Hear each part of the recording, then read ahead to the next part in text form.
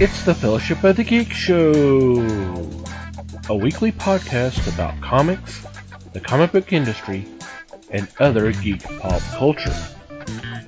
Music courtesy of Manny the Martyr. And now, on with the show!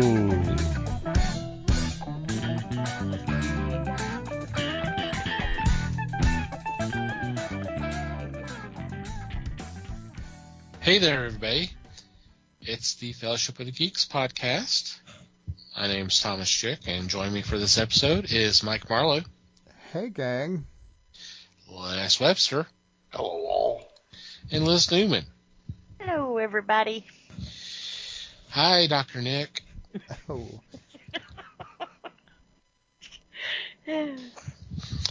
How are you guys doing? Super. Fan-diddly-tastic. Ducky. Wow, kind of hard to top that. Hope everybody's out there is doing okay. So what's been going on in your corner of the galaxy? I've still been lazy. I've gotten some really good comic books in that I really need to read sometime soon. But, Oh, okay. I posted one on Discord. I don't know.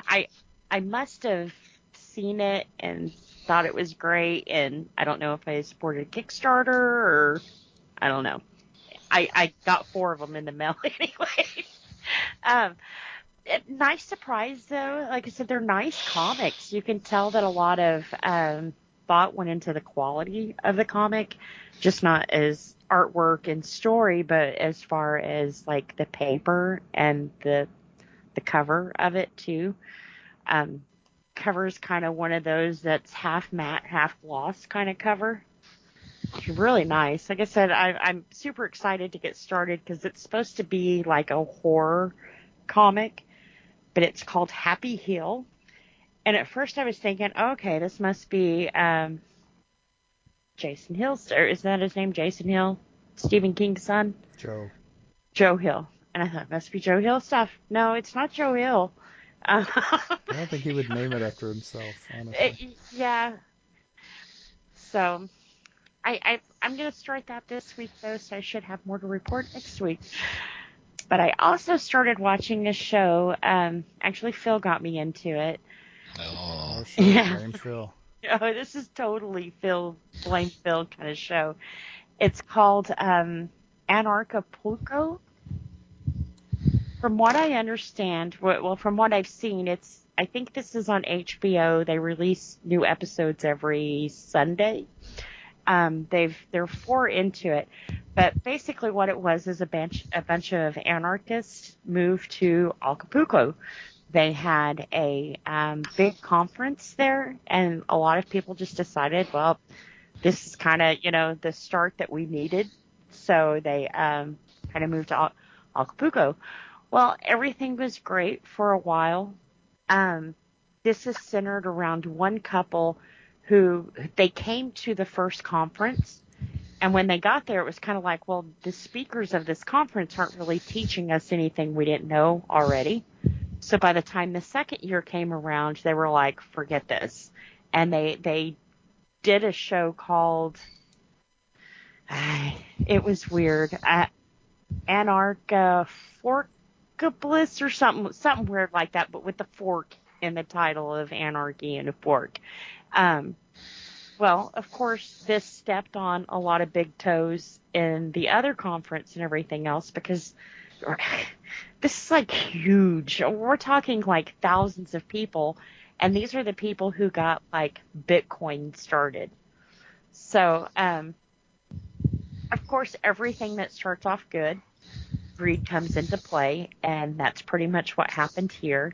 And one of the couples, I don't want to tell too much in case you guys, because the series isn't done. And the way that I like the way that they're doing this because they're kind of unveiling the story to you instead of starting off with people died and here's what happened. It's kind of building up to figuring out who died, who did it. you couldn't really go to the cops because they were anarchists, you know. There's there's a couple of things that I agree with them with, but there's a couple of other things that I'm kind of like, no, you know. If I have a baby, I'm going to have it in a hospital. There's nothing wrong with modern medicine. I'm sorry.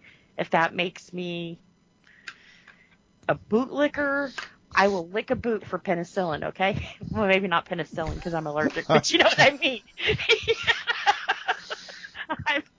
I'm all for modern medicine.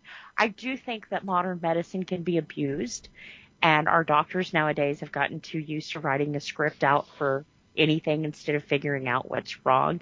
But I'm glad that it's there, and I will never say that I can fix my child. I couldn't have fixed my child's heart problem. I couldn't have diagnosed my child's heart problem. I had to take him to a hospital. He had to have heart surgery. There was no way around that, you know. So now you can learn how to do that on YouTube. Come on. Mm-hmm. Or Not TikTok. with my Cadillac, you know. But yeah, so I mean, there's things that that would totally keep me out of that lifestyle, you know. Some things that they hit true on, you know. We are a part of a system. We are a part of a banking system, and that's the part that I didn't get. These people are so against a banking system, which, hey, there's corruption and greed everywhere, but definitely in our banking system. So what did they do? They started a new banking system where now they are the people who are corrupt and greedy. greedy. And yeah, so it's kind of like, well, okay, so you didn't mind the system, you just didn't like that you weren't in charge of it.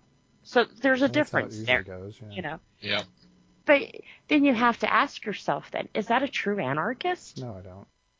You're making a system for yourself when you're so against the system, you know. So it's kind of... Okay, I don't want to be a jerk, but I Googled that term, Anarchapulco, and it brought up the annual meeting Yes. of the anarchists. Yes. Isn't that like wrong? Yeah. Isn't that an oxymoron? Why do if they're into anarchy, why do they have an annual meeting? Yeah. Well, this is kind of where like-minded people, because there's a couple of people that they follow in this show, and like one guy, he had all the symptoms. I'm saying symptoms. He was tired of the government. He was, you know, beat down, you know, working a dead-end job. He just didn't know how to get started.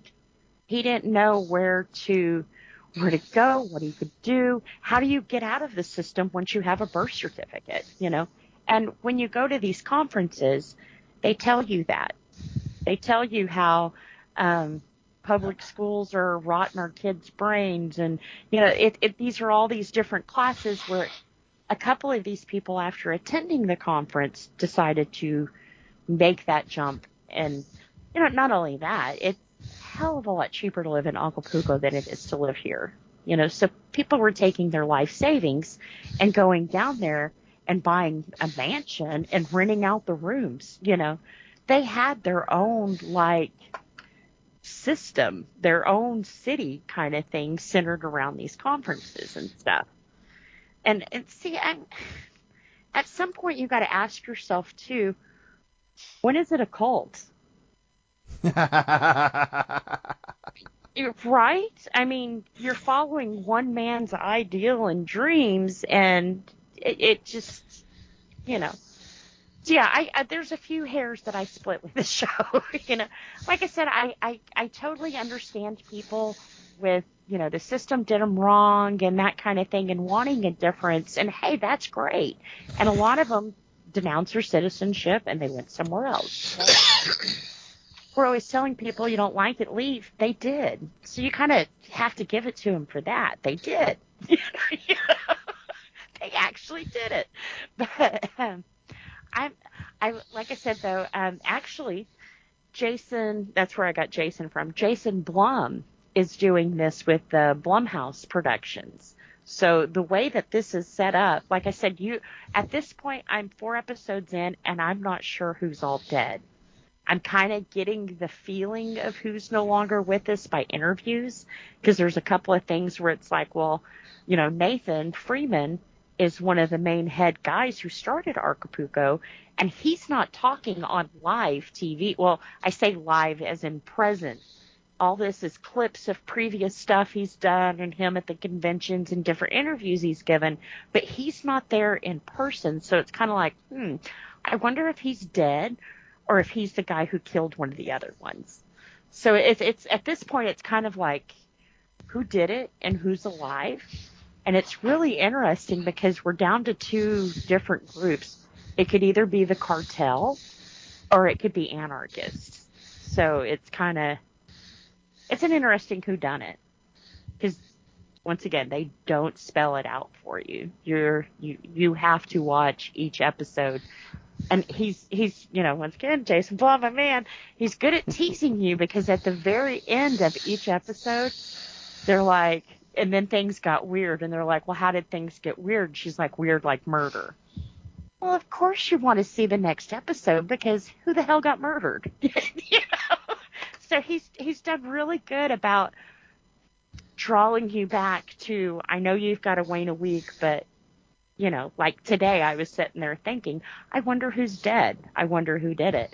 And I've refrained from going on Google because I like the way this is being told to me. I don't want to know yet. I want them to pull me there and get me there, And it's super. I love it. I love being in that. Who did this? I heard about the murders. One of the murders. I heard about one of the murders through media around the time that it happened and everything else.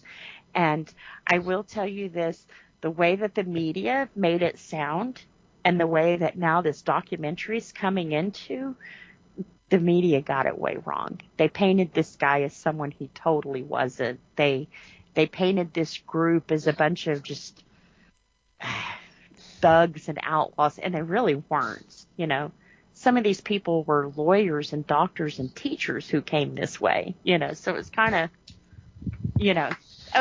all walks of life, So I like it. Like I said, if you're a fan of Blumhouse, definitely, horror, it's not like his typical horror stuff, but it is his typical storytelling of, I'm going to make you wait until the end, and then I'm just going to totally twist your mind. So I'm waiting for that twist, and I have a feeling the twist in this is going to be Nathan Freeman. So I'll tell you next week if I was right. How much of a twist can it be if you've already pegged it? I mean, come on. Well, no. Well, but see, they haven't. I'm ready for you to show up next week and go, okay, it wasn't Nathan Freeman. Right. The way that they've set this up, it has you looking at three people who had a lot to gain and a lot of motive behind this. So it's kind of, instead of just telling you, well, it's this guy, they're showing you the three different stories of these guys. And they haven't quite got to my guy yet, but the other guy, Peter Paul, he's psycho. He had something to do with all of this. If it was the cartel, if it was the anarchists, or just some kid off the street, he knew about it. There's that won't change any in this series. He knew about it. And if he didn't know about it, they've told an awful lot about him. So, like I said, it's pretty interesting. If you're into anarchy, this is the show to watch. If you're into the true crime mystery kind of thing, this is definitely the show to watch. You don't even have to like anarchists to like this show. So I would definitely recommend it. I think there's going to be 8 episodes in this, and they're at 4, I believe. So, should be pretty good. And that's HBO Max, too, by the way. Of course it is. Yeah. And Phil got me into it because there's a couple of his friends in this movie, or show. So. Friends, huh? Friends, yeah. Yeah. I think he's done a movie with one of these guys, so. Or no, it wasn't a movie. He does Feed the Need with a couple of these guys. which is where they go to downtown Dallas and feed the homeless in the middle of winter, and they pass out coats and tents and a home cooked meal. So, Cool. yep. Yeah, that's about it. Like I said, I've been lazy. I've pulled out Plants vs. Zombies. Have you guys ever played that game? Well, they have a part 2, and it's a little bit more interesting because you get different plants and that kind of thing, and that's kind of sucked me in. So, yeah. The only thing I don't like is the further you get along in this, they start putting it's like a timed kind of thing, and I don't like timed games. They give me too much anxiety. I like the kind of casual, take your pace kind of, So I don't know if I'll finish it, but right now I'm having fun with it. So if you see me on Discord, it says Plants vs. Zombies. That's what I'm doing. That's me. Cool. So if it says Plants vs. Zombies, she's actually playing Plants vs. Zombies. I think, Not something else. Not a show or nothing. She's not planting zombies or nothing. Well, could be. You have to be playing zombies.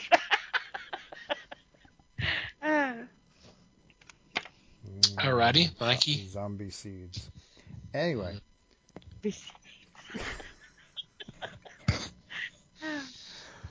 Okay. Well, I haven't watched anything nearly that controversial. I did watch a documentary though, which was not controversial at all. Although it's a really interesting one. It is called Quincy, and it was made in 2018, and it is about Quincy Jones.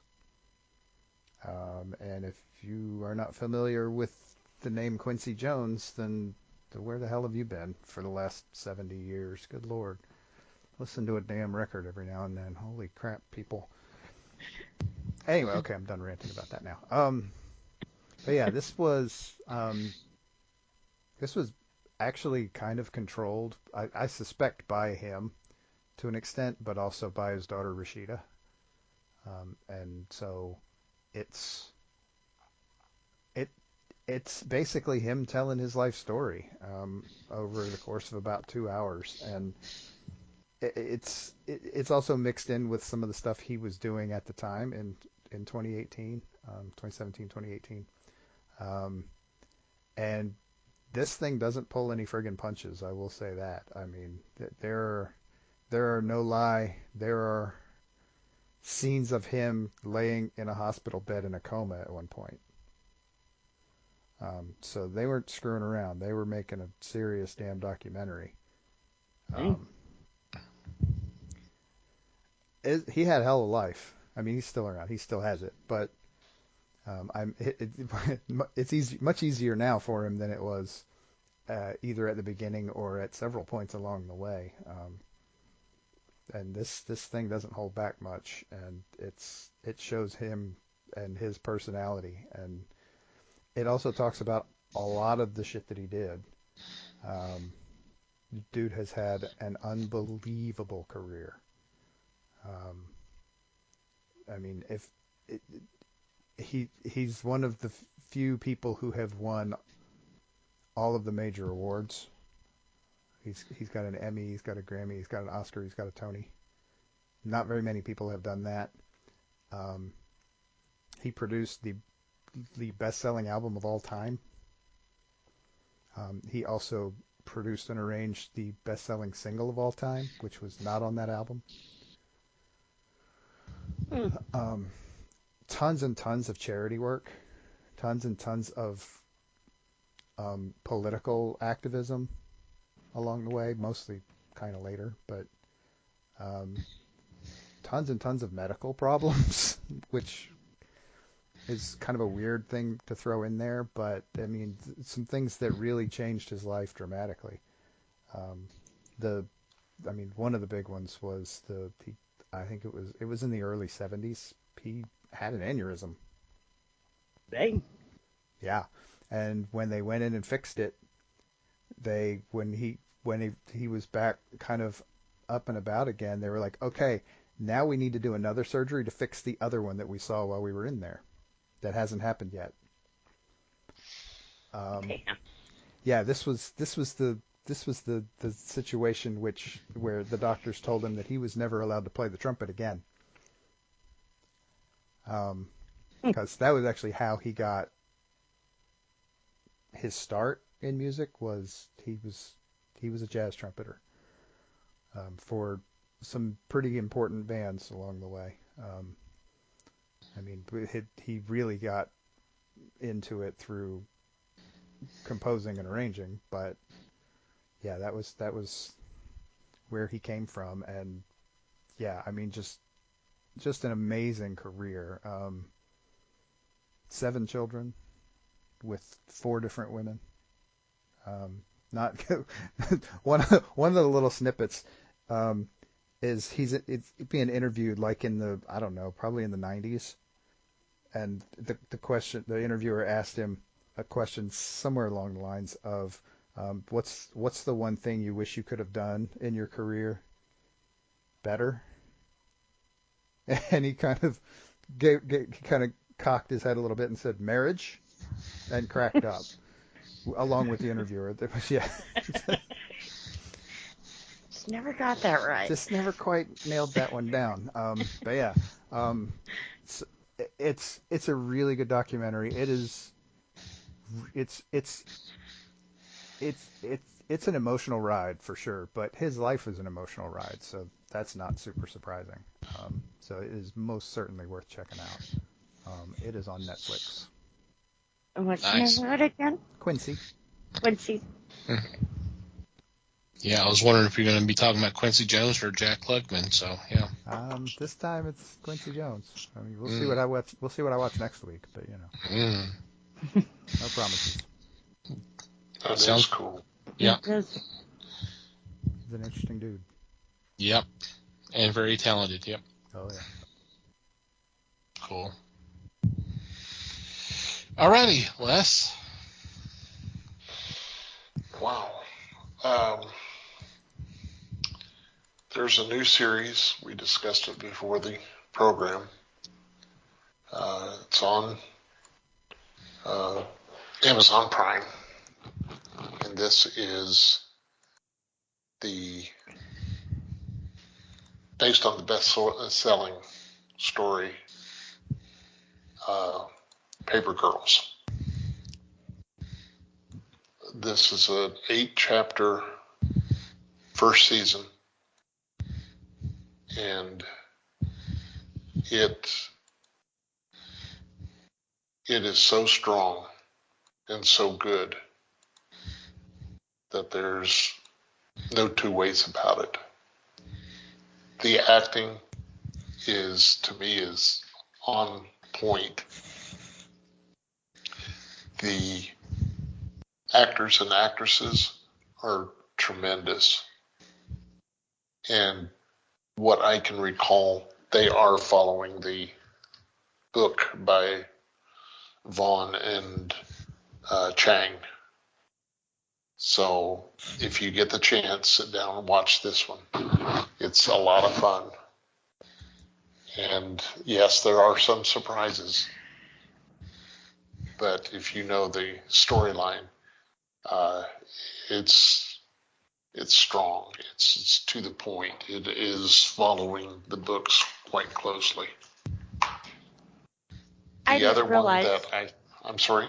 I didn't realize they released it all at once. I thought this Yep. was going to be like a weekly thing. So that's Well, that's it cool, says too. 8 chapters, so I'm not sure if I've got through 6 of them, and I don't know if it's going to finish at that point or if it's going to be a season 2, Yeah.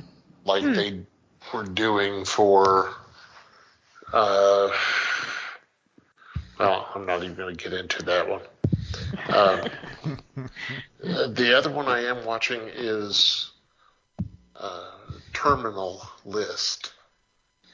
This is also on Prime, and it stars Chris Pratt as a man from the Army, actually from the Navy, and it's got intrigue. It's got dubious people. It has a lot of skullduggery, and you're trying to figure out if Chris Pratt's character is sane or delusional.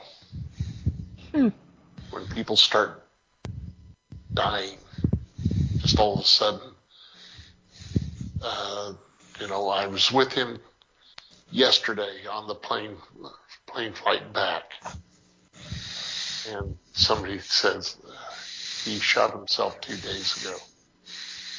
Oh, dang. So, wow, which way are you going with this?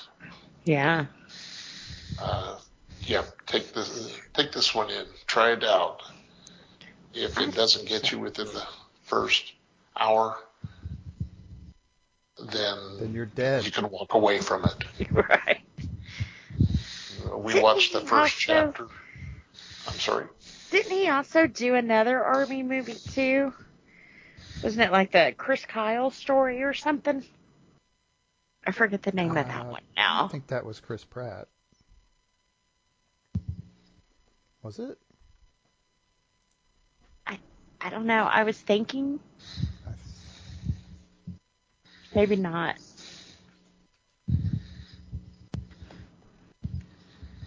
Yeah, no, we watched the first episode. I'm sorry. That was. I'm looking at the guy's picture and I can't remember his friggin' name. It's called American Sniper. Was the name of that movie. Oh. Bradley Cooper. That's the name. Bradley Cooper. Yeah, that was him. Sorry. Well, he wasn't Chris Kyle though, was he? Yeah. Okay. Never mind. Sorry, I derailed us for nothing. Oh, I hey. was thinking that was also Chris Pratt. Oh, hey. That Luke did that. Grimes was in that movie, too. But anyway, Les, keep going. Was he? Yeah. We watched the first episode, and I had told my wife that it was a series. And right toward the end of the first chapter, she said, "Is this a series?" I said, "Yes, dear." And she said, "Good, because it just about made me angry that they didn't finish a story." And I thought, well, okay. But it's a good watch. Like I said, a lot of intrigue. And you wonder who's nuts in this thing. And you're trying to guess who the agents are. And there's all sorts of stuff. So try this one. It's a good timing for what's going on in our world, too. I put it in my list for sure. Poor Les.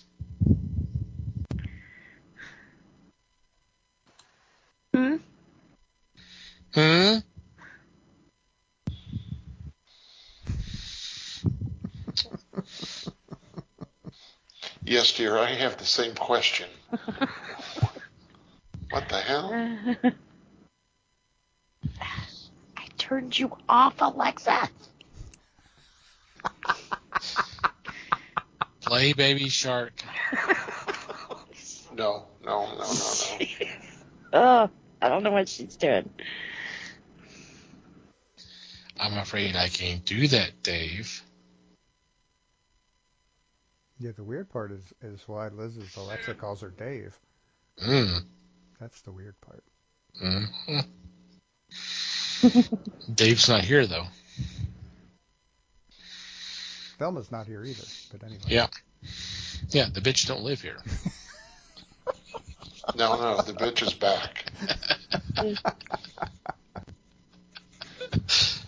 Oh, so much to cut out, Mikey. Oh, but I'm not cutting any of this out. Are you kidding me?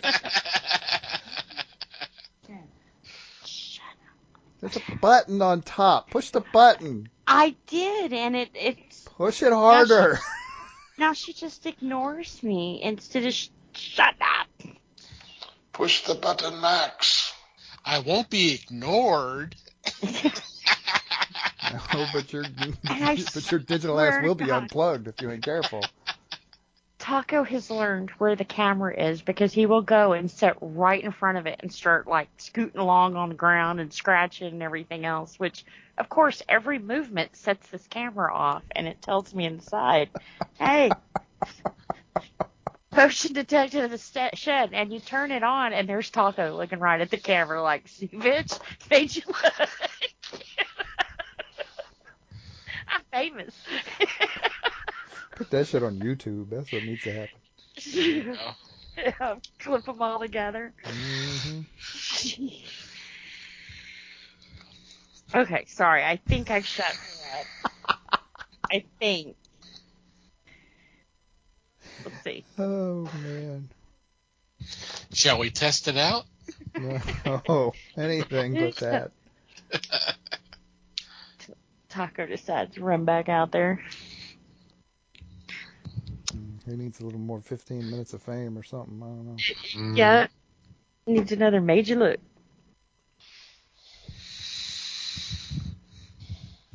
So anything else, Les? No, that's it. Okay. As he backs away slowly. I will definitely have to check both of those out. Those both sound really good. They are good watches. Alrighty. Not a lot on my end. I've had a lot going on the past week, as the guys know. So I've not really had a whole heck of a lot of fun. Well, I mean, I take that back to a degree. To kind of get my mind away from some of the stuff that I'm having to go through right now, I've been obviously thinking about the podcast and that kind of stuff. So I've kind of been coming up with some crazy ideas for our casting calls. So I've got a bunch in the idea stage. So y'all are going to be in trouble. Hell, we may even do a casting call month. How about that? Woo-hoo. Oh, good Lord. That'll burn us out on it real fast. No, I wouldn't do that. We may do one or two on the Discord. I just That's a thought. might do it that way. So, and get others involved. That would be kind of cool too. So I mean, that's about it. So, speaking of Discord, we do have a Discord. It's been mentioned several times so far on the show. You think they were sponsoring us or something? Shit. Yeah, we can work on it.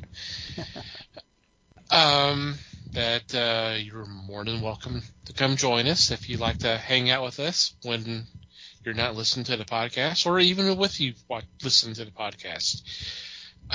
Sign up is free. The apps are free and available in the app stores.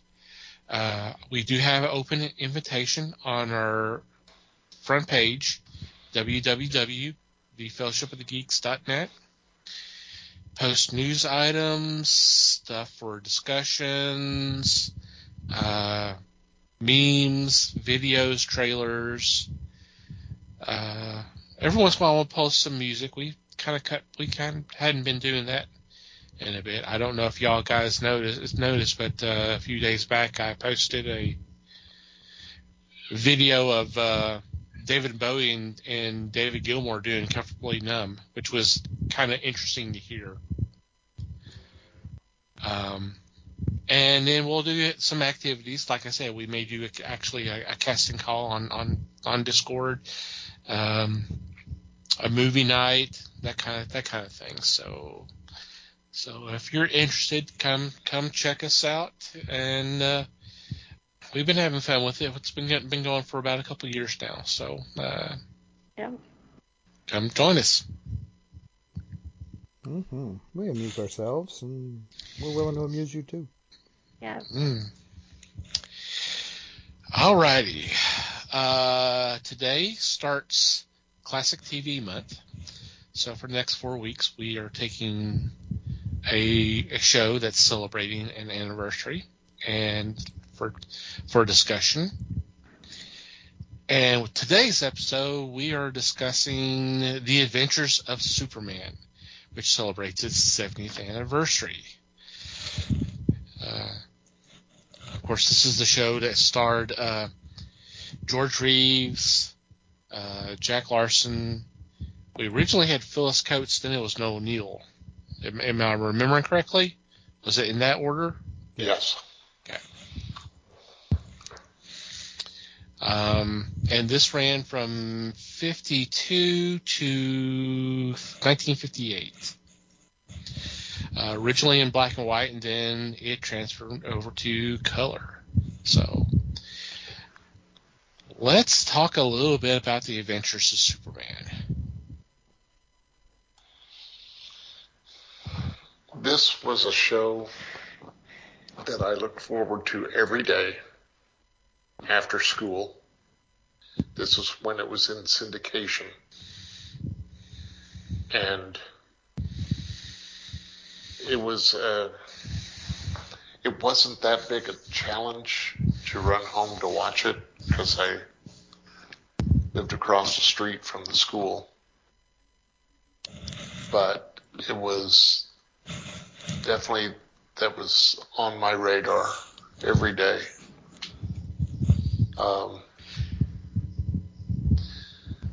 The original program started in a 2-part episode called Superman and the Mole Men. This was in, I want to say 1950 or thereabouts. Yes, it was in 50, I'm recalling.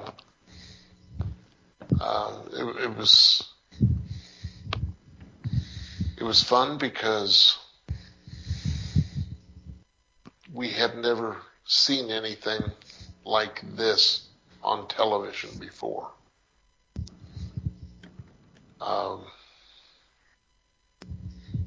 The idea of bringing Superman to other media had been explored long before. You had the radio program, followed by the Fleischer cartoons, followed by the serial with Kirk Allen, and then George Reeves stepped in to play the title role in Superman and the Mole Men. The premise was pretty much what was spouted by the publications, and it was treated fairly. They didn't waver too much from the basic idea, which was, looking back now, is pretty nice. They could have gone all over the board with this, but luckily they did not. I don't know what it was like later, with you folks getting the broadcast later in the years. Obviously, the original had finished its run by the time you folks are around. But, gosh, what can I say?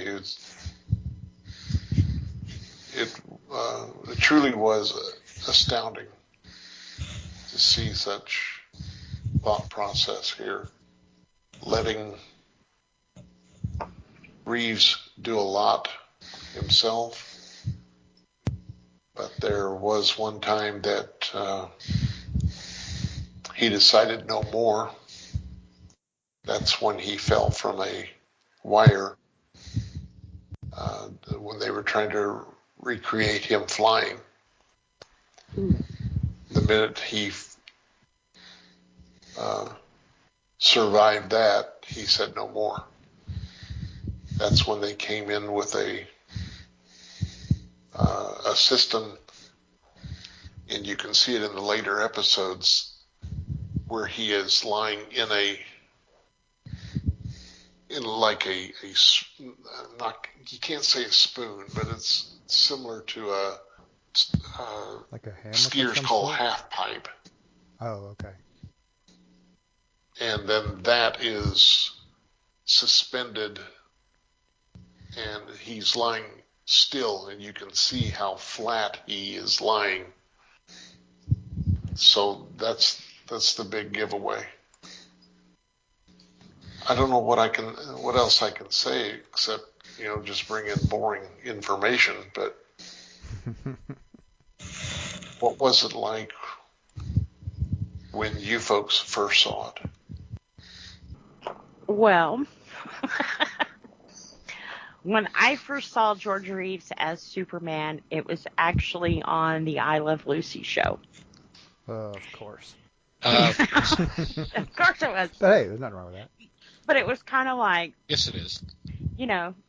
Who is that? And, of course my dad was like, well, that's Superman, and, had a TV show. So I got to know it then. They do play reruns of it still on MeTV. I think so, yeah. It's either MeTV or Hero TV or one of those two, but they play it along with like Wonder Woman and Batman and Superman. I think MeTV does I think they call it Superhero Saturdays or something Yeah. like that. It's like a 6-hour block of various stuff they show. Yeah. I think it's like super sci-fi. That way they can include like Star Trek and that kind of stuff. Yeah. You're right. Yep. You're right. But it usually is one show that they show all the episodes, or, a lot of episodes of. So, yeah, I liked it. I did watch, well, not when it came out, but I did watch the Batman show before the Superman show. But honestly, I kind of liked the Superman show better because, this is going to sound bad, it seemed like they took it more serious. Not that I minded the corny stuff that Batman did, because that was the way the show was, and that was cool about it and everything else. But it seemed like with Superman, it was more of a serious tone. There still was funny stuff in it, but it wasn't meant to just be funny. There was more stuff to it. I love George Reeves. Campy. Right, like Batman, and Batman, like, they wanted to be campy and kitschy, so it worked. I thought George Reeves did an excellent job as Superman. I don't know if him and Christopher Reeves are any kin to each other, but No, they are not. no, just coincidence. Yeah, it's George Reeves and it's Christopher Reeve. There's no S on Chris's name. Okay. But yeah, two of the best Supermans right there. And George Reeves was kind of handsome too, so. And I just noticed this. His real last name is my last name, my maiden last name, Brewer. Ooh. Yes. Maybe you're the one who's related to him. Who knows? Yeah, there you go. Maybe. I wouldn't that be a kick in the ass. Sean would definitely have one over on me at that point.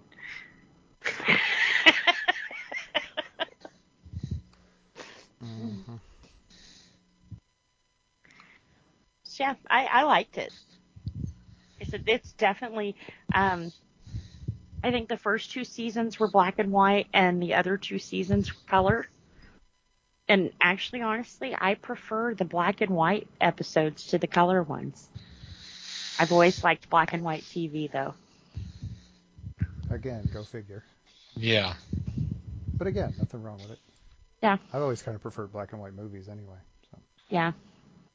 To me, it's easier on the eyes. Not only that, it's most black and white TV, there was a good story, a good moral behind it. Nowadays, it's twerk and... Nowadays, it's stuff about anarchists and Yeah. all of that. Murder. Yeah. You know. Mhm. But there was a point to black and white TV. It wasn't just entertainment. They also taught you something. There's a word for that, but we shouldn't go there.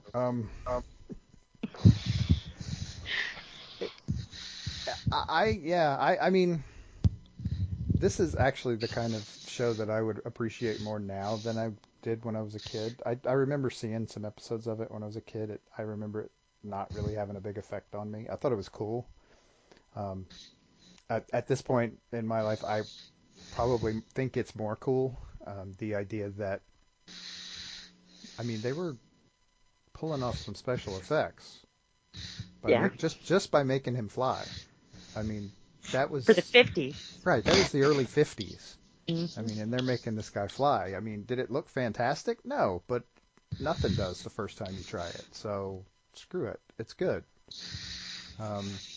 They've found ways to make it work, and that's key. That's the deal with special effects, and so that's a big step. I mean, that's an early example of them finding. I mean, the beginning of superhero stuff. I mean, yeah, sure, they did it in a couple of other forms. I mean, the animated, that's almost easy because you just draw them flying. But so there's a lot of interesting stuff going on, and there was, honestly, George Reeves himself was an interesting character too. There was it's been a long time since I saw what I saw about it, but he had some drama in his life. We'll put it that way. Yeah. And so that's, I mean, going on at that time and kind of also in the aftermath of after the show got canceled. But yeah, so there's a lot of interesting stories around the whole thing too, which again is the kind of thing that I would find interesting now more than I would have when I was 8. But Yeah. you know, it's all good. To a degree, I'm kind of the same way. When I was younger, I watched these. It was cool to actually see him there, and then, yeah, the flying looked pretty awesome. But it didn't really grab me, where as opposed to like watching Batman, the Adam West Batman would. I've grown to appreciate him.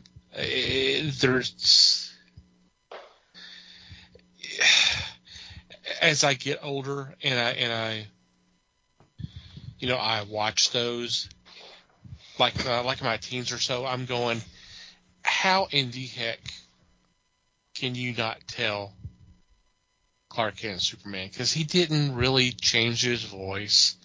The mannerisms were kind of the same. He may have been more joking, humorous as Clark, but it's funny that, you'd watch the cartoons that would come out 10 years later by Filmation. And I, for the life of me, don't know who did the voice, but even he would change his voice. It's kind of a, this is a job for Superman. It just, that kind of stuff. I mean, it's nitpicking. I get that, but it doesn't help. It never really helped the whole argument as like, okay, these are reporters that are supposed to find clues. They're trying to do all this kind of stuff. And here's the biggest mystery. Who is Superman? And they can't figure it out. But that being said, the stories were entertaining. George Reeves was fine as Superman. And Clark Kent. I not to bash him. And I'm not sure it sounded like bashing him. I didn't mean it to be that way, but that's just the way it was. I liked the show. It was for the first ongoing superhero, or at least mainstream superhero. I mean, because you had like some of the sci-fi like heroes, that kind of thing as well. For this was a great attempt, and it was successful because it went for 6 years, 6 seasons, something like that. Yeah. So so it was obviously popular, and the shows. Yeah, I mean they're a little dated now, but obviously because we're talking 70 years later. But they for the most part they still kind of hold up. Yeah. So, when you can do that, then you've accomplished something. So, even with all the nitpicking, like he would stand there while everybody's firing bullets, and then they'll throw the gun and he ducks. You go, no, you don't do that. You don't do that. They made up for that later with some CGI, but Yeah. not in this show. No. Didn't get the chance. And the special effects, like you said, was, try to figure, hey, how are we going to do this? How are we going to make him fly? Yeah. Okay, well, let's do this. Okay, well, let's say for 1952, 1954, 1956, that's a great job. Right, especially on a TV budget. I mean, TV, yeah, which was nothing the appeal back of then. TV was, it was cheap entertainment. So they weren't spending a lot of money on the stuff. So that they could do what they Right. did is, it's pretty impressive. I mean, you'll get me saying that about special effects pretty much all the way through the ages, but Right. that's because it is impressive, at least to me. It is. And to answer your not really a question, the voice of Superman in the 60s animated series was Bud Collyer. Yeah. That's right. That's right. It was also the voice in the radio program. I had forgotten that. Yeah. Yep. It's interesting that we're kind of unconsciously comparing it to the Batman series. I think at least it seems to me now that I'm, I guess, mature and experienced enough to understand the sort of thing. The big difference I see is that honestly, the campy Batman series really was kind of aimed at kids. Yeah. They were that, and that's why they were kind of taking the camp and the bright, flashy colors and the sound effects and the visual effects. Zing, pow. Yeah, the zing pow stuff. They're aiming it for a specific age group, and it's definitely not grown-ups. With Adventures of Superman, the people who watched TV in that time frame, in that early 50s time frame, at the beginning were adults.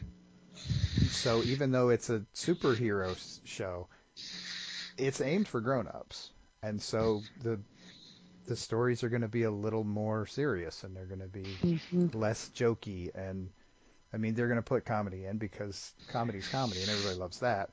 But also the other thing that they did that was happening in the 50s that got more complicated as time went along was that the stories. I think one of the reasons it still works when you watch it now is because the stories are actually very simple. They're not making things convoluted with weird details, and they're not adding a whole bunch of stuff. It is a lot of the same. If you try to sit and watch all 6 seasons at once, you're going to get bored because you're going to get the same basic framework of a story over and over again. Yeah. Yeah. But one, that was easy to film and easy to write consistently on an ongoing basis, and 2, you keep it simple and it's actually going to appeal to more people. Right. Because you're going to lose people with complicated storylines. Yeah. That may be less true today, but you're going to lose kids even now with really complicated stuff. That's why they make stuff for kids that's very simple. You know this better than I do, Liz. But yeah, it allowed them to build something that could continue to appeal because of its simplicity, because of its not just being overly complicated. Would it have been a more interesting show if you'd had competition for Clark's heart like bringing in like a Lana Lang who is direct competition to Lois Lane. Who knows? It might have made it more interesting, but you lose the simplicity of it. Yeah. Yep.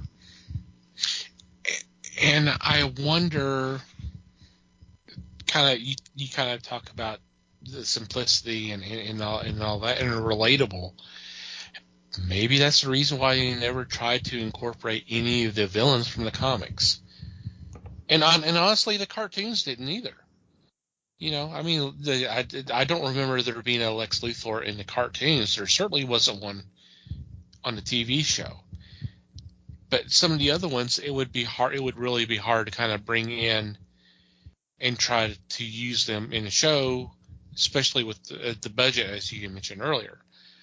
But if it's, hey, this is a group of bank robbers or kidnappers or anything like that people can understand that more than, hey, this is a Alien. a sophisticated android from another planet who wants to shrink the city and put it in a bottle. That kind of thing. Right. More of everyday stuff. Mm-hmm. Right. More of a guy who basically people can't hurt against the bad guys of the world. And yeah, I agree. You're looking at trying to make relatable bad guys. Well, yeah, bank robbers and gangsters. That's people understand that in the 50s. That's what bad guys were. Nowadays, something like I don't know if Luthor is a good example, but I mean something like Darkseid. You couldn't have done that. I mean, I don't think Darkseid existed back then, but you couldn't have done that. They need, for one, again, you don't have the special effects budget. So it's easier to just have a gun with blanks on set than it is to try to express two superhuman creatures pounding the crap out of each other and how that would look. To the average person, that's complicated, man. Yeah. Mm-hmm. Well, and kind of twerk what your example right there.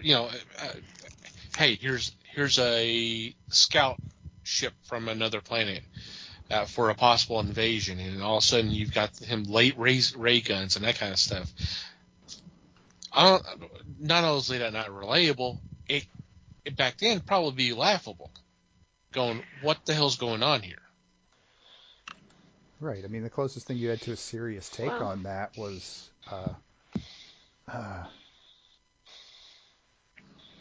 what's the movie? What's the name of the movie? Damn it! The Alien movie, 51. The Thing? No. Clover. The other one. Michael Rennie. The Earth Stood Still. Yep. The Earth Stood Still. Damn it! I can't believe I blanked on the name of that movie. Jesus, I love that movie, and I just could not remember the name of it to save my life. Yep. But yeah, I mean that's the closest you're going to get, and honestly, they did pretty well with that completely without CGI, but without a huge special effect budget because they were trying to make the alien look like a human because they wanted him to be able to relate. That was the whole point of the story. Until you get the big robot going. But the point is, you didn't want to try to do that because yes, it was risky because this was kind of the dawning of the age of the sci-fi B movies, and so you don't want to turn your show into that. That would be bad. And before the moon landing, did they have, I mean, I don't know. I'm just wondering out loud here. Did they have a love for space before that? Would they have really, not saying people were dumb, but would they have really understood the concept of, other than Superman, an alien from another planet? Well, how did they get there? Roswell was 1947. Okay, never mind. So yeah, the seeds were planted, but yeah, they weren't necessarily. They were very rarely portrayed as the good guys. Is the deal because of that whole B movie, sci-fi thing. Mm-hmm. It was always bad guys. I mean, that one Yeah. movie is a big exception, but yeah, it was almost always bad guys. And so, Yeah, there was always the threat. yeah, but the deal was those were not movies that were well respected for Wasn't as popular. the terrible reasons. Oh, well, they were plenty popular, but they were popular with, like, quote unquote, the wrong crowd. So it was, just a different ball game, really. Yeah, sci-fi movies were considered B until like 2001, A Space 2001, Odyssey. pretty much. Yeah. I mean, there were one or two along the way, but they were not. Even then, they were not necessarily taken like Oscar-worthy seriously. They were drive-in movie material. Yep.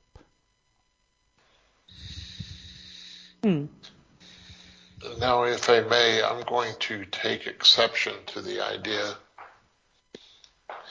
that Batman was made for adults versus kids. I will say that Adventures of Superman was done for kids.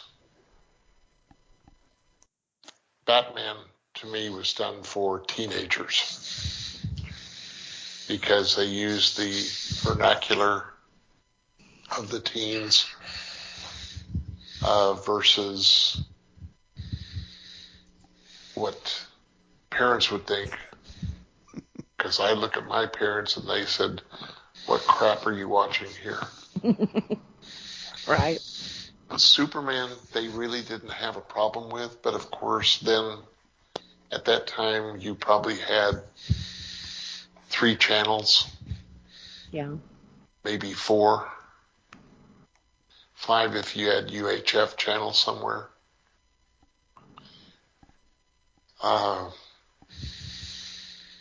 I think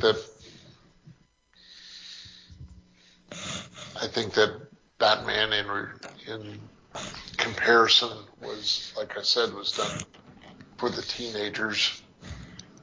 That was my wheelhouse. That time I was a teenager. So that's why I watched and learned more about the character than I probably should have ever wanted to know.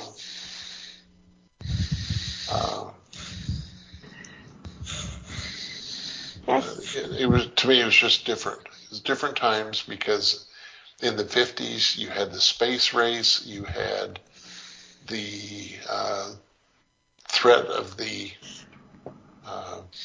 Communist Party, the Atomic Age, things like that.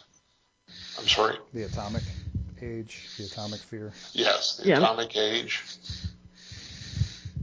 So to me, it was definitely a different time. And to me, that's what caused the difference in programming. Later, if I recall, there was a program done by CBS several years later called Men in Space, which had William Lundigan as their lead actor. And granted, it was during space race time, but there was what I recall, there was no thought of bringing the Russians into this. I don't recall any plot line that had them lurking about or trying to get the best of the U.S. spacemen. I guess I'm rambling here, but do you see where I'm going with this? Where I'm saying that there is a big difference between the two. Yeah, you're saying that it was more a question of the point in history than the audience age group being any different. Yeah. I'm with you. I buy that. Thank you. I see them both being marketed as family, though. Not quite dumbed down to be a kid's show, but interesting enough to where the parents would watch into. Especially around the 50s, like Les was saying, there was only 4 channels. You all had to agree what was going on, what was put on, because there was no, go to your room and watch this, Right. Oh, You go listen to the radio in your room, maybe, but, So I think that's where Superman found that perfect balance. It was good enough and clean enough for kids, Because clean was a big thing in the 50s, but anyway. Very big. Yeah. Well, it was. No, it was. I'm not joking. I'm serious. It was. Okay. It was, yeah. It was. And Was Superman, it? especially this show, was the good guys always win. If you're doing the right thing, Jimmy wasn't a superhero, but he was always doing the right thing, so he was going to be okay, Same with Lois Lane. She was doing the right thing, so she was going to be, Superman would come in and save her always, Yep. I don't But if know you were about doing that. sex and drugs, Jason was going to come along and chop your ass off. Well, that came a little later, but yeah. Yeah. You're You not can see where totally the morals wrong on decline that there. What? one. Different point of view. That's what we'll call it. Right. So yeah, which takes me back to why I like black and white TV. Just clean.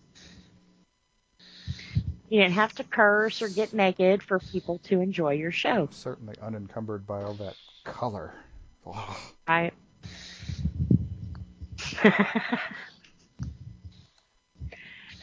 Just question, did you not use dark mode on your computer? Is that not basically putting your computer into black and white mode? It's putting my computer in to save my sorry old eyes mode. That's for sure. Which is I mean, why if it's black not, and white if it's TV not in dark mode, it's white. So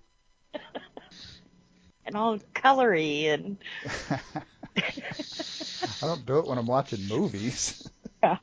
no. Damn you, color. You ruined everything. Actually, Damn your eyes. Technicolor Too came late. along, and how many film Thank you. reels were ruined by them trying to convert them over? So color did ruin a lot. Yeah, that's also because they used an extraordinarily flammable substance to make their film out of. But anyway, Yeah. that might have something to do with it, Nah. Well, they were colored. Color just made them heavier. Yeah. Or busy. Yep, way more expensive too. Oh my gosh. And for listeners who don't know, yes, I wear like Coke bottle glasses. Okay. Most of us do on this show, I'm like freaking blind, so. except for Les, who just goes and gets his replaced with bionic ones every so often. Mm-hmm.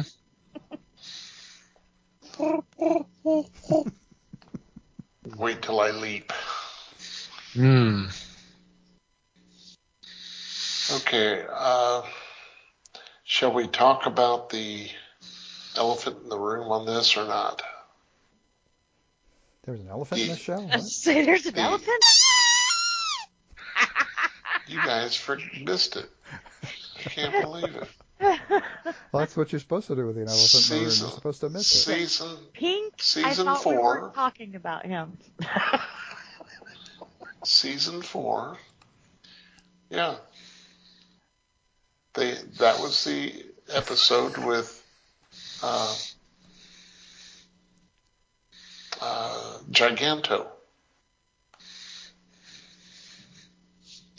Giganto was the ape from the circus that became a giant that was wrecking Metropolis.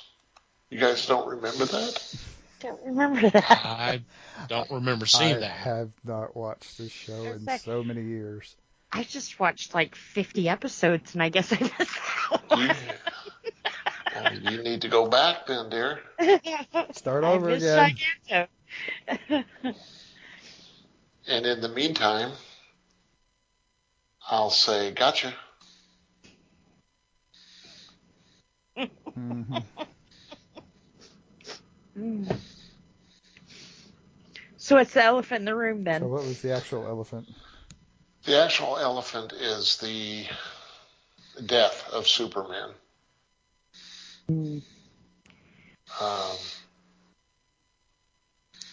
The passing of George Reeves hit a lot of people, including me. I bet. He was an icon, you know. Yes, yeah, for that role, yes. Yeah.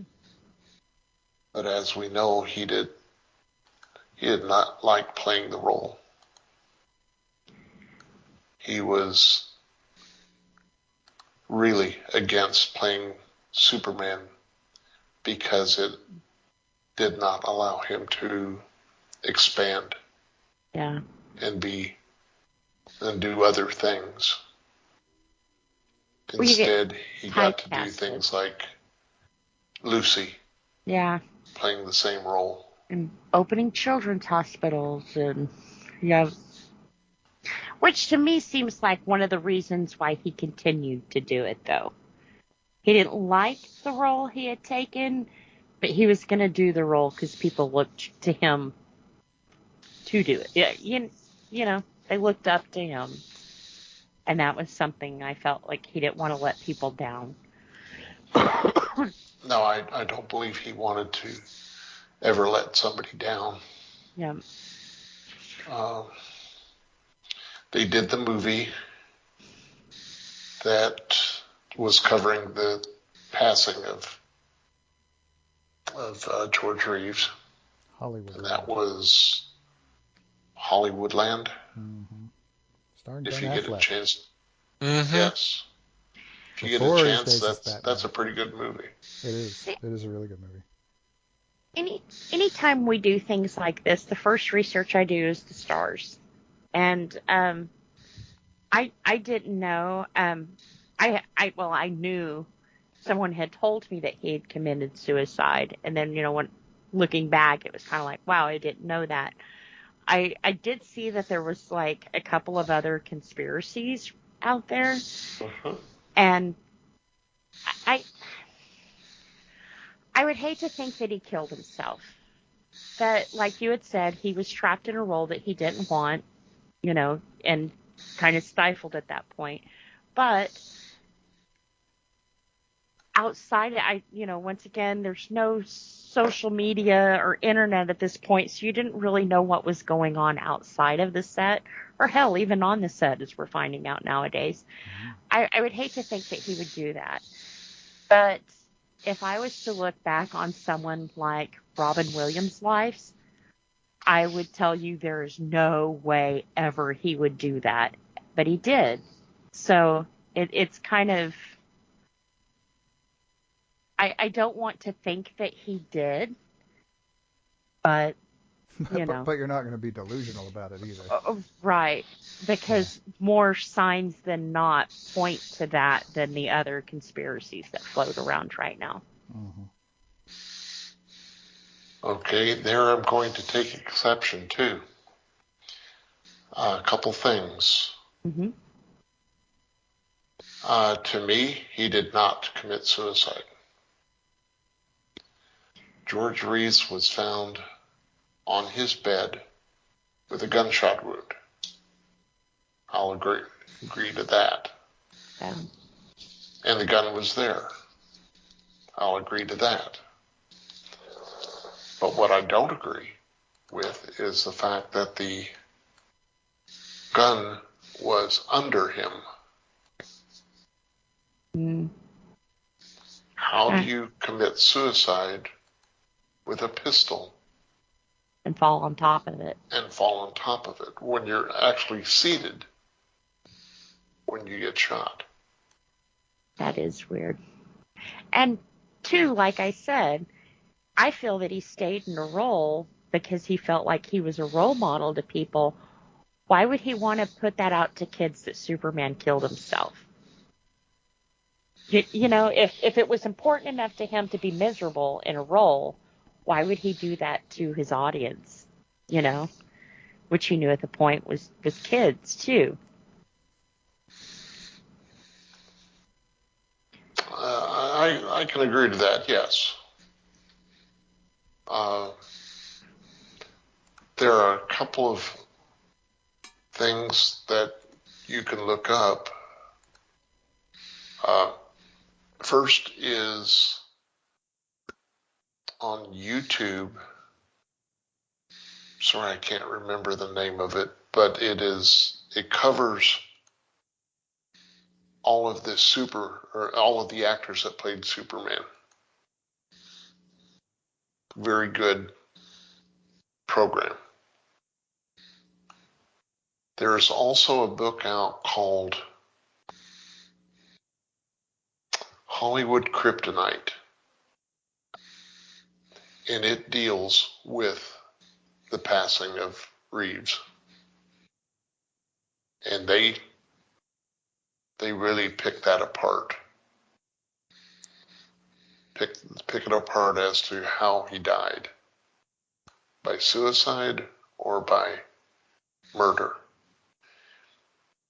The man was in a love triangle with a member of the production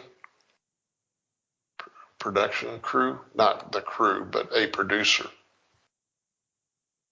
And that was played out in Hollywoodland.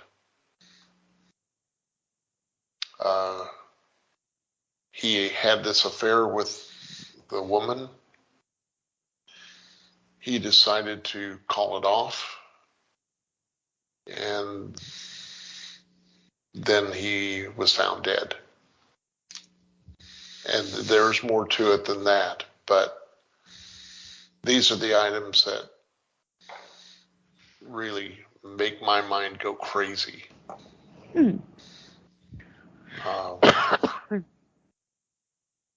I recommend Hollywoodland. It's a pretty good storyline because if you've seen it, there's one scene that he is at lunch with some of his friends, one being the producer's wife, and he's sitting there at the table and he's about to light a cigarette. And she says, "You shouldn't do that." And he said, "Why?" And she pointed to the window, and outside the restaurant were a bunch of kids looking at him. Yep. And he went and stood up and posed as Superman, of course. Thrilled them to no end. Wasn't he shot by a kid too? The incident at the amusement park I think was so. it was from an actual event. That's covered in No, the he movie. was not shot. No, he wasn't. But Okay. he did disarm the child. Huh. Similar to what was done in the movie. Because the kid thought, yeah, bullets will bounce off him. He's Right. Superman. I've been watching the show, and those bad guys were shooting at him all the time, and it never hurt him. That's right. Yep. That's actually a pretty good scene in that movie too. I like it. So, to me, be sure to delve a little deeper before I definitely will. And I'm not disparaging you. I just want you to make sure you read some of this stuff because there's a hell of a lot of it out there. You're also kind of encouraging her to scratch her true crime itch too. Here. Yeah. Well, and like I said, suicide to me just never sat right because why would you stay in a role that you were unhappy with because of the role model and the presentation you were making just to kill yourself? You know, Yeah. And like you said about the smoking, it was obvious he cared what kids thought about him. Why would he knowingly put that message out to them? Exactly. If smoking is bad, how dangerous is suicide? 9 times out of 10 people die. Yeah. Sorry, not making light, but you just No, but wouldn't. you're understanding the point too. Yeah, you wouldn't do that. And he was probably pretty well paid. Not saying money changes depression or anything like that, but he was pretty well paid. Or things pointed to live than to die, Right. And you've got to remember, granted, he was, they weren't scheduling another season, but that wasn't because of his death. Yeah. The man that played Perry White, I think, passed away 2 months before they were supposed to shoot. Right. So to me, that doesn't drive him to take his life either. Yeah. Huh. I will definitely look into that because I'm going to highly recommend the book. And even if he didn't go on to play Superman, Robert Downey Jr. will always be Iron Man. It's not just a role you take for a movie. It's a role you pretty much have taken for your life, True. Johnny Depp will always be Jack Sparrow to kids, It's just something you... All right. Hang on. Yeah. How can he be Jack Sparrow and Edward Scissorhands at the same time? Come on. Well, That's just a stretch. I know him better as Edward. But kids today, that they know him better as Jack. He's Which also is Ed cool. Wood, but Yeah. I mean, come on. Well, It's a job. It's just a job. But you see what I'm saying, though. Although it's just a job to them, that's something people hang on to, No, and that's yeah. It's different on the other side of it, for sure. yeah, it's something you have to live up to. Just watch Nurse Betty sometime. Nurse Betty? Yeah. Is that with the Sopranos girl? No, that was a movie Oh. Renee about a Zellweger, woman right? that gets so caught up in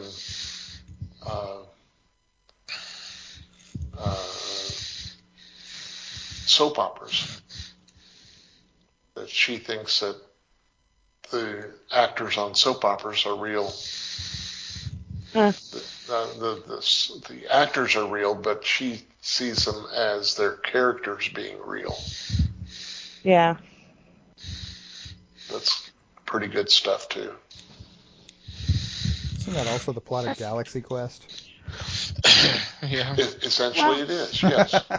I just watched a true crime thing where there was 2 younger girls who were like really involved in this soap opera, and they wound up killing a guy because, well, he found out that they were like living in this fantasy world and kind of made fun of him for it, and they killed his ass, But when they were talking to the girls, you could tell they couldn't distinguish what was real and what was fantasy, To them, they really were living that life, It's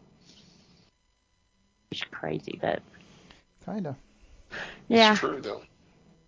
Some people cannot distinguish one from the other. Nope. The human mind is kind of a weird contraption. Mm-hmm. Superman, huh? Yeah. Mm. Well, we fell down the psychosis hole. A little bit. We. Yep. Don't drag me along in this. Yeah, he's got enough crazy in his life right now. It's cool. He doesn't need any more. No, man, yeah. I'm bumbled. Mm. I couldn't get it all out. It was so I forget it. You gotta say the words in a certain order, Liz, if you want us to understand you. And now I forget what I was even going to say. So. Well, that was obviously important then. Lucky you.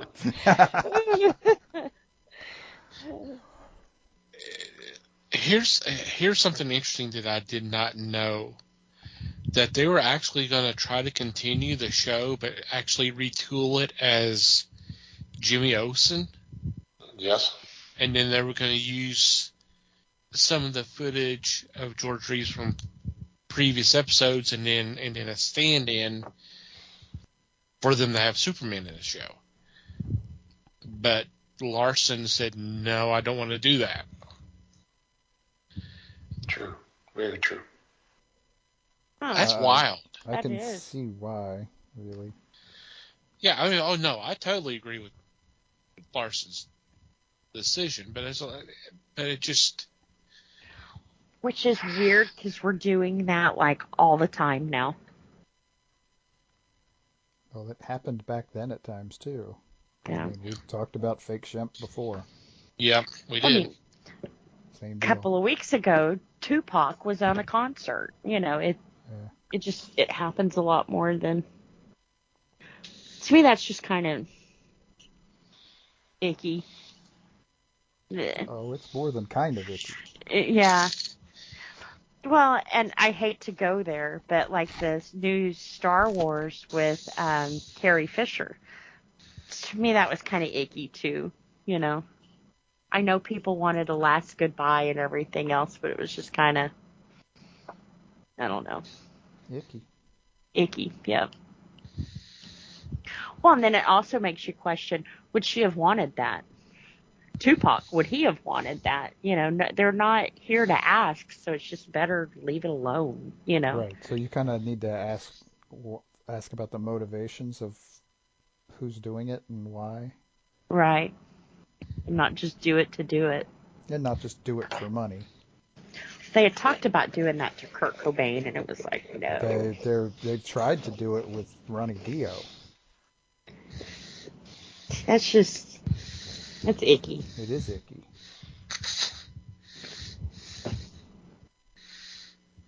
For lack of a better word. Yeah.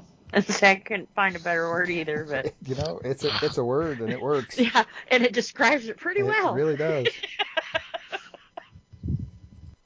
All I can think of is the football player. Icky Woods? Hell yeah. Yeah. Uh-huh. And totally way off lane, but icky. Did you hear that Pantera is reuniting? Mm-hmm. That's some bullshit, and I am so disappointed in Zakk Wylde. Like, so disappointed. Mm-hmm. It's like, this is what Dime would have wanted. Well, Dime ain't here because of the comments Phil made, so, let's stop and think about that for a minute, too. That's just money grab. Mm-hmm. Which I knew was going to happen when she sold Vinny's house. I knew that bitch was going to do this. Which just kind of showed everyone. She's like, Courtney, we're there for the money, and that's all you wanted. Okay. Derail over. Sorry, had to get that out of here. Uh-huh.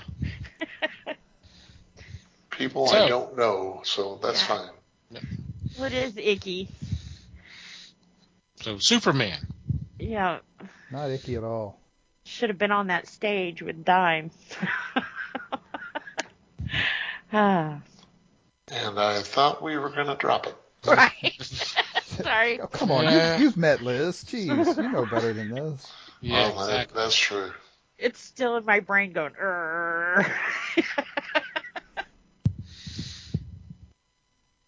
But yeah, Hollywoodland. I'll look into that. I didn't know they had a movie about George Reeves. See, you like how I brought it back around? Mm-hmm. Did you know that George Reeves was in one of his first starring roles was Gone with the Wind? Yep. I did not know that. What did he play in Gone in the Wind? One of the Tarleton brothers, twins. One of the Tarleton twins. I didn't know that. We're happy to hand you information. Every time I think of Gone of the Wind now, I think of Carol Burnett walking down the stairs in those curtains.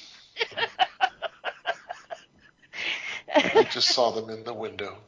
And I had to have them.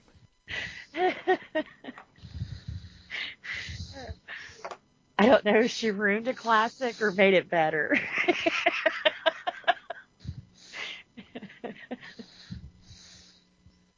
He was a classically educated actor.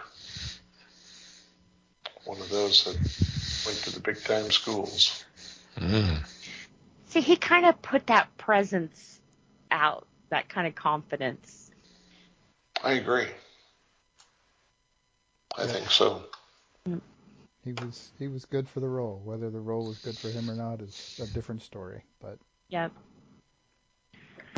Which was cool that he stuck around because he knew how important it was to other people, you know. But after hearing that, that's kind of like Randy. He was classically trained, and he stayed with Ozzy for as long as he could until, you know, he wanted to do his own thing, and then sadly he died like, a week later? Mm-hmm.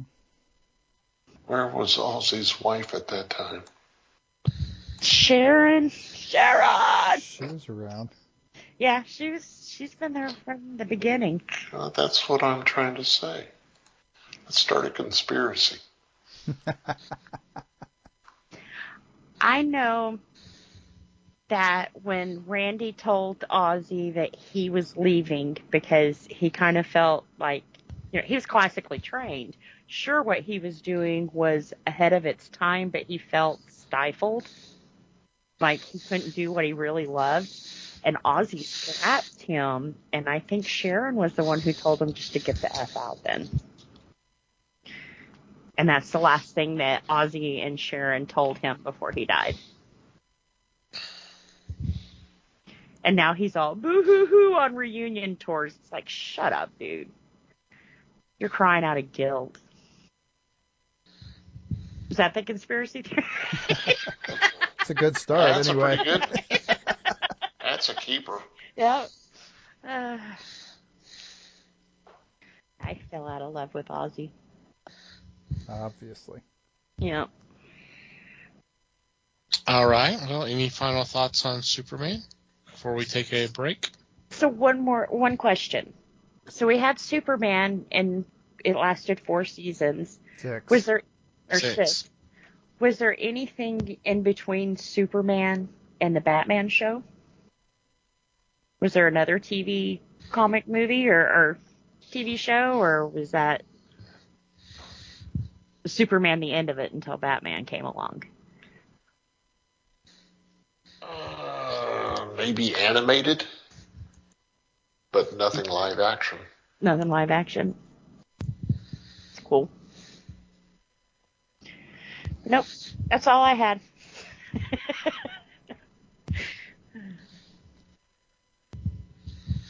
Bunch of comic books. Yeah. Mm-hmm. Bunch of comic books. Because they kept going.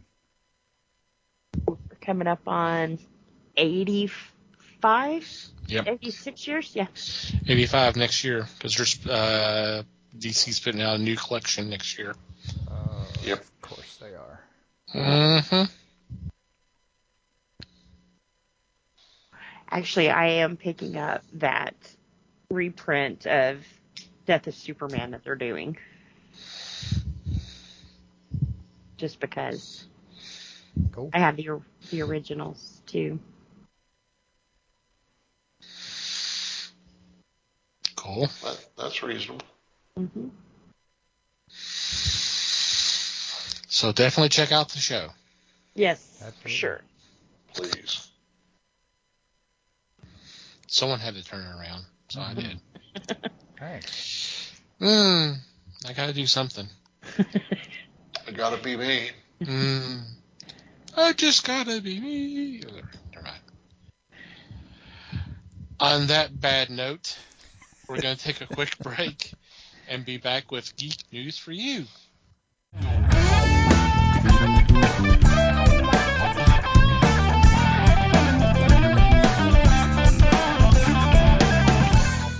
And we're back.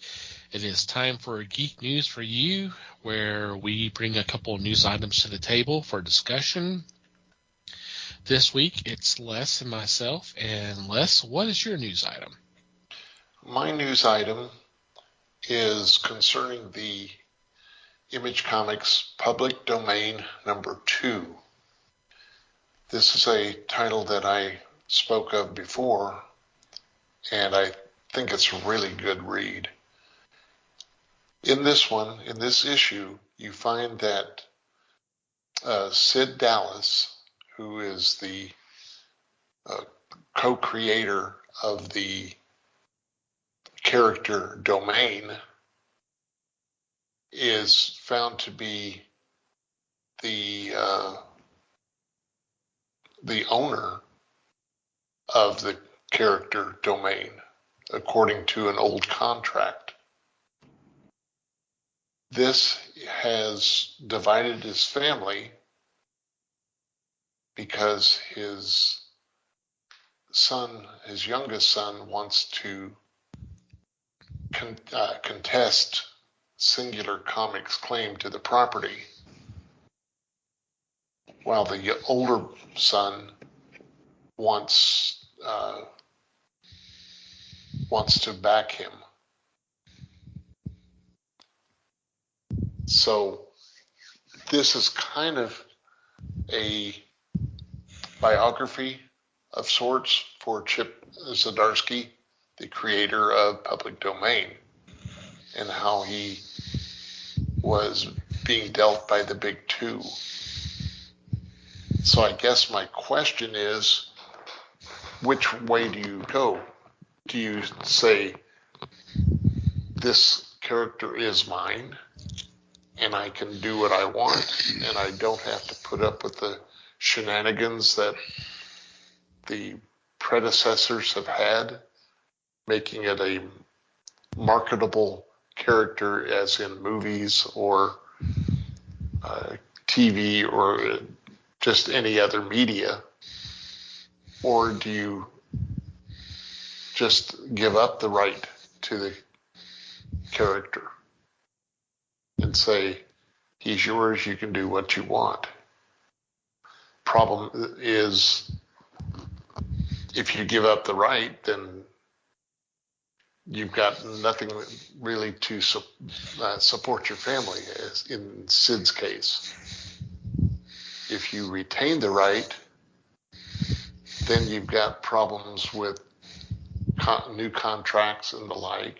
And of course, you have problems with the court system. How are they going to react?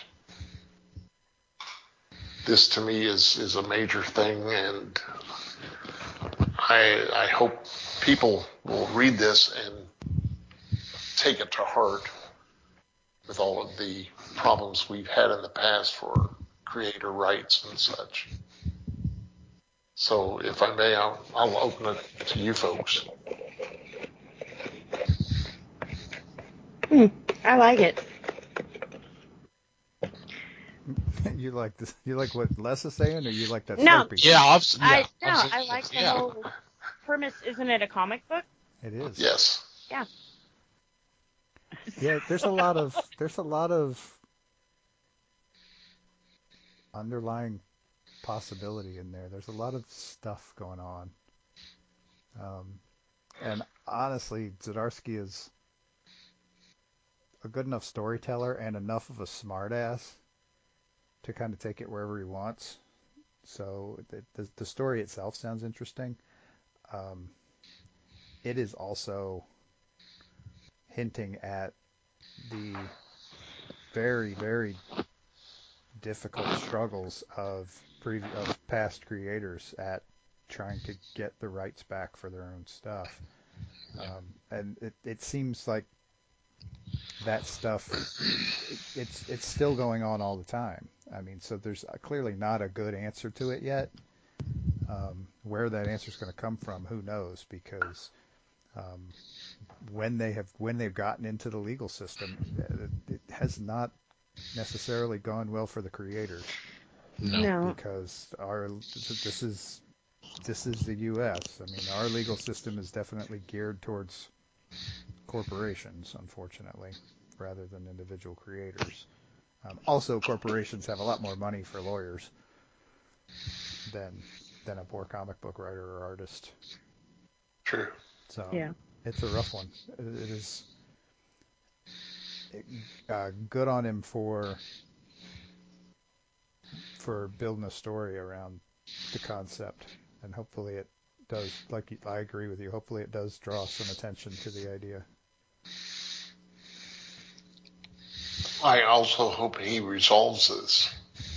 Don't leave us hanging and Yeah. say, well, that's all, folks. But I Yeah. don't think he would. Yeah, I was gonna say I don't know if I mean, almost any ending is going to seem like a trite happy ending to a certain extent. So it's hard to say what's better, really. Yeah, Interesting though. That it is. is. Definitely And makes me Liz's think. answer was, yeah, what he said. Is that Oh, right? no, I'm saying I like the idea of this comic book for sure. I'm just I- giving you a hard time. I've said before what I think and really stuck my foot in my mouth, but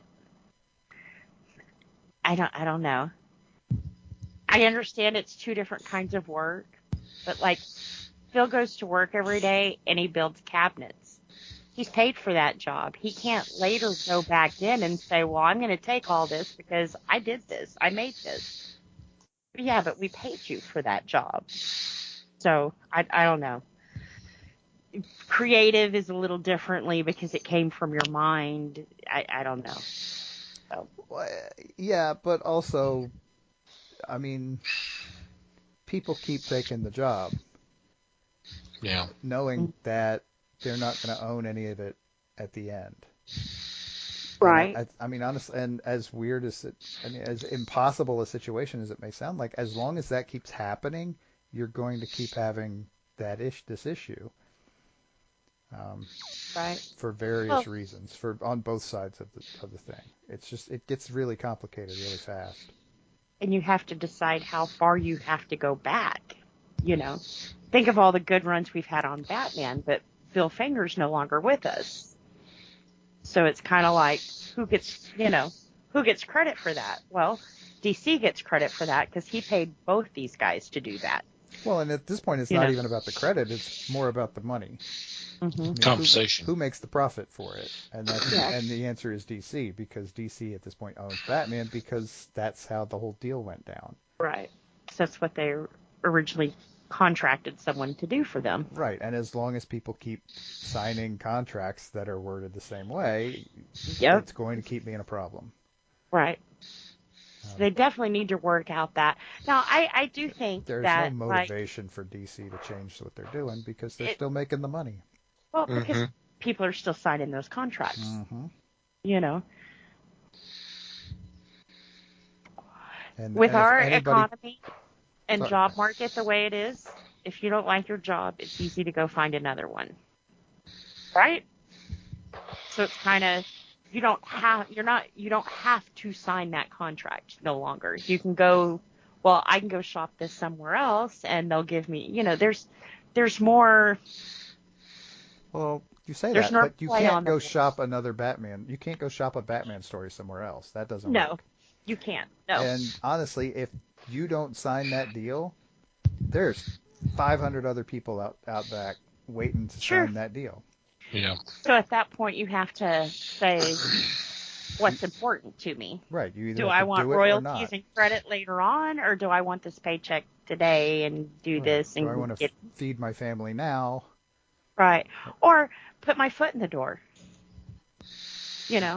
Once you have a successful line, we're seeing that. Don't get me started on exposure. We're seeing that now with T-Pose. it seems like here lately it's like one thing after another. He's announcing, "Oh, look what I'm doing! Look, we're seeing him climb that." But he had to get his name out there, and he had to advertise himself, and But he did it on his own. He did. He did. Absolutely. Which is completely his. Yeah. No, it doesn't. No. So, yeah. Like I said, I don't know. And it could be different if I was an artist and actually created shit. And I don't, so, Right. It's also, it's easy for us to sit here and blah, blah, blah about it. Yeah. But we're not the ones trying to do that for a living and put food on our tables. Right. And I don't know how much blood, sweat, and tears goes into that. For someone, it could be real easy and they bang it out. And someone, like we were saying, Peepo's, that we know that he sits there and stresses over it and blood, sweat, and tears. Oh, God, yeah. How many tweets do you see at midnight from him talking about, I just got to write 2 more pages?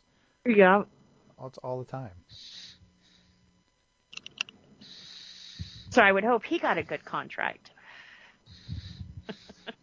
Yeah. You would hope. Yeah. I think he's also one of those that has enough other irons in the fire that he's doing all right. But no. Yeah. That's not always how that system worked either. So there are incremental changes, but it's still maybe not the best system. Yeah. Yeah, I'd definitely read this to see from a creative standpoint what his thoughts are, Yep, for sure. Alrighty. For my news item, we have another 70th anniversary to celebrate. And one of the ways it's being handled is by a new what do you want to call it? An addition to the family, I guess would be the best way to describe it. Hasbro has announced that they're coming out with a Yama and Yampa Grand Taters potato head set. Really? Yes. Interesting. Would you repeat that, please? Not without hurting himself. Yama and Yampa Grand Taters. Grand Taters. It has 24 pieces in addition to the 2 heads or the 2 bodies, and it's gonna be. It looks kind of cute. So it's to celebrate the 70th anniversary of Mr. Potato Head. Yampa.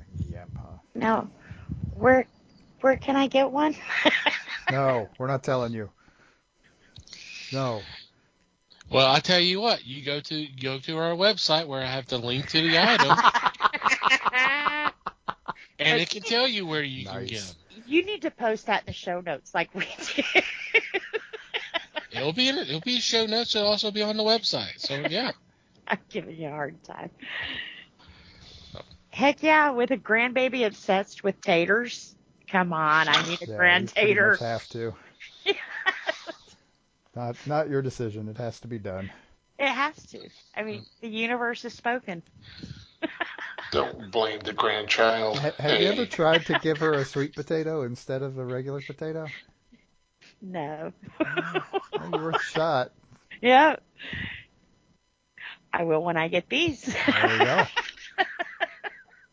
And we can start chanting "One of Us." Okay.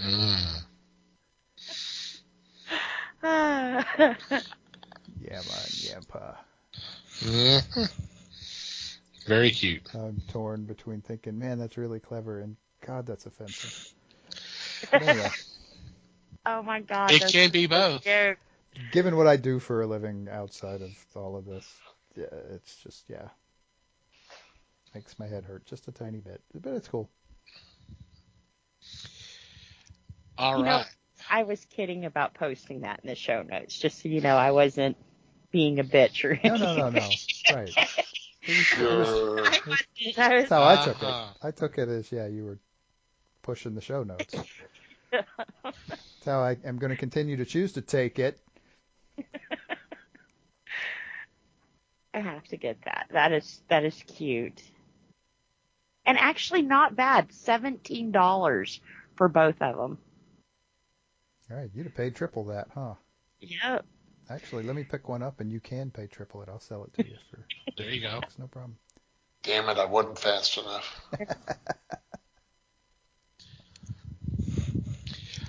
All right. Any special shout outs this week? I hate to do this 2 weeks in a row, but given our show and who we are, I feel like it kind of needs to be said. Yep. Nichelle Nichols passed away at the age of 89 the other day, which is really sad because she's been struggling for a little while. And it's not getting any easier to lose the original Star Trek crew. I'm just saying. True. I mean, Yeah. Her part in that was more special than some of the others because that was right smack dab in the middle of the civil rights movement. Mm-hmm. And so her role there was really important. I remember several years back Whoopi Goldberg stating how important it was. She was like, black people survive. Black people are going to be there in the future. And that meant a lot to her as a kid. Mm-hmm. Especially with, like you said, with what was going on during the times that this show originally aired. Yep. The words trailblazer, icon, legend have been thrown around in regards to her, and they They're fit. not wrong. They're not wrong. Yeah, it is getting tougher. Losing the cast from the original show. God, there's only 3 left now. You got George, Walter, and Bill. That's it. Yeah. 2 of them hate each other. Well, we can't all get along perfectly well. right. Yeah. Right. There is I don't want to call it a meme, but there is an image that someone had put together. I've shared it on Discord, but I'm sure you'll see it on social media. It's like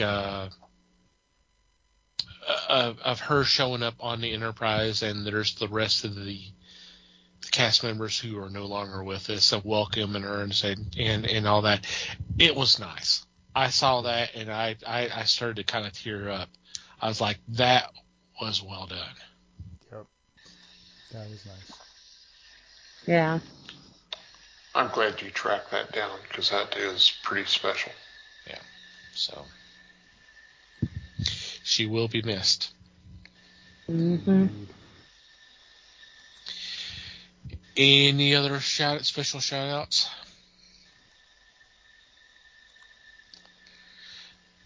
Okay. With that, we'll move on to our regular shout outs. I mean, if I kept waiting, we'll be here an hour or so, Time's up. Yeah. I want to thank Pop Goes to Culture for allowing us to be part of a great podcast network. Definitely check them out. There'll be a link in the show notes. Thank you guys as always. I also want to thank the fine men and women who make up Potter and Family, who've been so kind as to spread the word of the fellowship by retweeting our links. We want you to check them out as well. Best way to do that is to do a search, hashtag Potter and Family, all one word. Just scroll through whatever catches your eye. Please click on that link and download an episode. Hope you have a good time listening to them. We also want to thank Mary the Martyr for supplying the music to our podcast. In the show notes, we'll have a link where you can check out their music. And finally, you, dear listener, thank you for downloading and listening to today's episode. We value your feedback. Any questions, comments, suggestions, complaints, observations, what have you, please send them our way. There are several ways you can do that. Our email address is email@thefellowshipofthegeeks.net. Or you can go to the website and go to the About Us page, and there's a contact form you can fill out. On social media, we are on Facebook, The Fellowship of the Geeks. On Instagram, we are at Fellowship Geeks. That is also our Twitter account name. If you like to follow our personal Twitter accounts, Mike can be found at Mikey Geek. Liz can be found at LN_geek. Les may or may not be found at Fake Les Webster. And I can be found at Tom TC Geek. And from wherever you download our episodes, if you'd be so kind as to rate and review the show, it would be greatly appreciated. Anything else before we say goodbye? Yes, thanks, everybody. Yep. Thanks, everybody. Thanks for listening. We appreciate you listening, everybody. The support is always awesome. Until next time, geek on, my friends.